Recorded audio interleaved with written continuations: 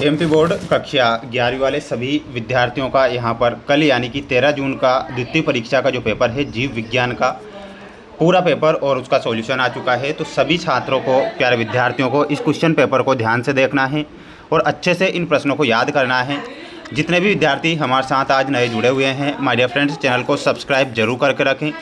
Result से related जो जानकारी हमें मिलेगी तो हम आपके लिए लाते रहेंगे, तो बिल्कुल आप निश्चिंत रहिएगा।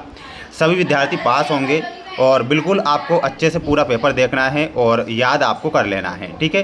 तो बिल्कुल सभी विद्यार्थी पूरा पेपर ध्यान से देखेंगे। चैनल पर नए हैं तो सभी बच्चे चैनल को सब्सक्राइब जरूर करके रखें। और आइए शुरुआत करते हैं हमारे प्रश्नों से जो परीक्षा में आपको दिए जाएंगे। क्वेश्चन आपकी स्क्रीन के सामने आ चुके हैं। माय डियर फ्रेंड्स, ध्यान से पूरा पेपर देखना है और अच्छे से इन प्रश्नों को याद करना है। पहला क्वेश्चन पूछा जाएगा कि सही विकल्प चुनकर लिखिए में मानव का वैज्ञानिक नाम क्या है। प्यारे विद्यार्थियों, मानव का वैज्ञानिक नाम क्या होता है, प्रश्न आपसे पूछा गया है। तो यहाँ पर आपको होमो सेपियंस करेक्ट उत्तर के रूप में लिखना है। मानव का जो वैज्ञानिक नाम है वो क्या हो जाएगा, होमो सेपियंस आपका सही उत्तर हो जाएगा। तो इसमें होमो सेपियंस ध्यान रखना है। दूसरा क्वेश्चन आएगा कि जालिकावत सिरा विन्यास पाया जाता है। तो ये किस में पाया जाता है, द्विबीजपत्री पत्ती में जालिकावत सिरा विन्यास पाया जाता है। तो यहाँ पर आपको ऑप्शन नंबर बी ध्यान रखना है। नाभिकीय अम्ल में शर्करा होती है। तो माय डियर फ्रेंड्स, 5 कार्बन की शर्करा होती है। तो इसमें आपको 5 कार्बन की शर्करा करेक्ट करना है। इसके बाद अगला क्वेश्चन आएगा, ध्यान से देखें। सभी विद्यार्थी वीडियो को लाइक कर चैनल को सब्सक्राइब जरूर करें और इन प्रश्नों को अच्छे से याद करें।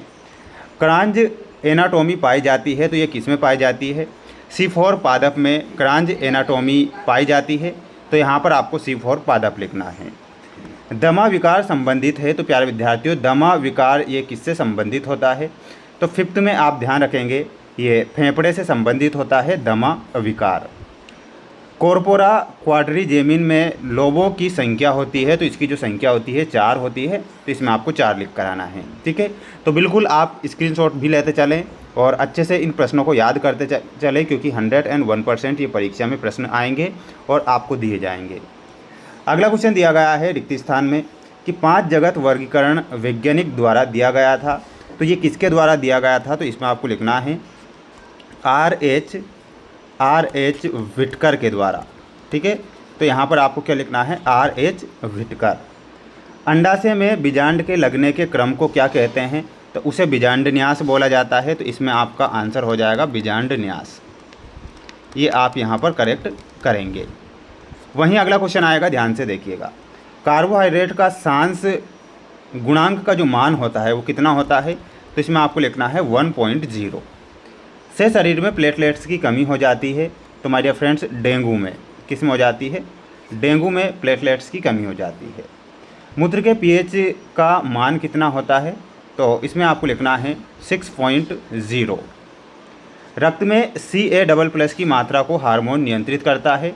तो इसमें आपको ध्यान रखना है पैराथायराइड। कौन सा हार्मोन, तो यहाँ पर आंसर हो जाएगा पैराथायराइड। तो ये आप करेक्ट करेंगे। इसका आप एक स्क्रीनशॉट ले सकते हैं और अच्छे से इन सभी प्रश्नों को याद कर सकते हैं। इसके बाद हम बढ़ेंगे हमारे अगले क्वेश्चन की ओर। अगला क्वेश्चन देखिएगा, सत्य असत्य में आपकी स्क्रीन के सामने पूछे गए हैं कि पॉलीसाइफोनिया ब्रायोफाइटा का सदस्य है। तो ये आपको क्या लिख कर आना है, असत्य लिख कर आना रहेगा। तो यहाँ पर आप असत्य लिखेंगे। मेंढक के अग्रपाद में 4 अंगुलियाँ होती है। तो माय डियर फ्रेंड्स, बिल्कुल ये आपको सत्य लिख कर आना है। अर्धसूत्री विभाजन में 4 अगुणित कोशिकाएं बनती है। तो ये भी आपका क्या हो जाएगा, सत्य हो जाएगा। बेकने मटर के पौधे की बीमारी है। तो ये असत्य होगा, यहाँ असत्य लिखना है।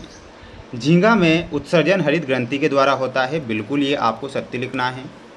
अक्षीय कंकाल में 206 अस्थियाँ होती है। तो प्यारे विद्यार्थियों, ये क्या हो जाएगा, असत्य हो जाएगा, ठीक है। तो सभी स्टूडेंट्स इसका क्या करें, एक स्क्रीनशॉट ले लें, अच्छे से याद करें। बढ़ेंगे हमारे अगले क्वेश्चन की ओर। जल्दी से आंसर मैं इसलिए बता रहा हूँ क्योंकि समय कम बचा है और पूरा पेपर मुझे आपको बताना है। बिल्कुल पूरा पेपर ही आपको देखकर जाना रहेगा। अगला क्वेश्चन है जोड़ी में ट्रेपिनोसोमा। तो इसमें आपका आंसर क्या हो जाएगा, प्रोटोजोआ से आपको मिलाना है। अगला है स्कूटेलम में ऑप्शन नंबर डी, एक बीजपत्रीय बीज। ऑक्सीजन में आपको मिलाना रहेगा जोसेफ प्रिस्टले ने खोज की। और SAN, तो इसमें आपको मिलाना रहेगा नीले से। वहीं अग्नाशय में आप मिलाइएगा ऑप्शन नंबर सी, इंसुलिन। ठीक है। तो ये आपकी जोड़ी रहेगी, आप इसका एक स्क्रीनशॉट ले सकते हैं। माय डियर फ्रेंड्स, अच्छे से याद करके ही जाना है, क्वेश्चन छोड़कर नहीं आना है, क्योंकि पूरा पेपर बताऊंगा। बिल्कुल आप निश्चिंत होकर बैठे रहें। चैनल पर नए हैं तो चैनल को सब्सक्राइब आप सभी विद्यार्थियों को जरूर करना है। पृष्ठ रज्जु का निर्माण किस भ्रूणी स्तर से होता है? तो यहाँ पर आंसर क्या हो जाएगा? मेसोडर्म। ठीक है, तो इसमें आपको मेसोडर्म लिखना है। मेंढक के मस्तिष्क से निकलने वाली तंत्रिकाओं की संख्या कितनी होती है? तो इसमें आपको लिखना रहेगा 2 तो हो जाएगी अल्फ़ा और 2 हो जाएगी बीटा। हीमोग्लोबिन में पाई जाने वाली प्रोटीन श्रृंखला के नाम लिखिए। तो हीमोग्लोबिन में पाए जाने वाली प्रोटीन श्रृंखलाओं के नाम कौन कौन से होंगे? तो यहाँ पर आप सभी स्टूडेंट्स कमेंट बॉक्स में बताएंगे, देखते हैं सबसे पहले आंसर कौन देगा। पायरुविक अम्ल किस प्रक्रिया के अंत में बनता है? नाम लिखिए। तो यहाँ पर आपका सही आंसर क्या हो जाएगा? ग्लाइकोलिसिस। ठीक है, तो यहाँ पर आपको लिखना है ग्लाइकोलिसिस, ये आप यहाँ पर करेक्ट करेंगे। संधि शोध रोग किस अंग से संबंधित है? तो यहाँ पर आपको लिखना है जोड़ या संधियाँ। तो ये आप करेक्ट करेंगे, इसका आप एक स्क्रीनशॉट ले सकते हैं और अच्छे से इन प्रश्नों को याद जरूर करके जाना है। इसके बाद में आपको अगला क्वेश्चन बताऊंगा, जो कि सभी विद्यार्थियों के लिए लाइव क्लास रहेगी, शाम 6 बजे भी रहेगी, और कल 13 तारीख को भी मैं लाइव क्लास लूँगा। दोनों टाइम लाइव क्लास रहेगी। तो सभी विद्यार्थी चैनल को सब्सक्राइब जरूर करके रखें। मेरे द्वारा जो IMP मोस्ट इंपॉर्टेंट क्वेश्चन बताए जा रहे हैं, आप इन्हें पढ़ें, जिससे कि आप परीक्षा में अच्छे नंबर प्राप्त कर सकें।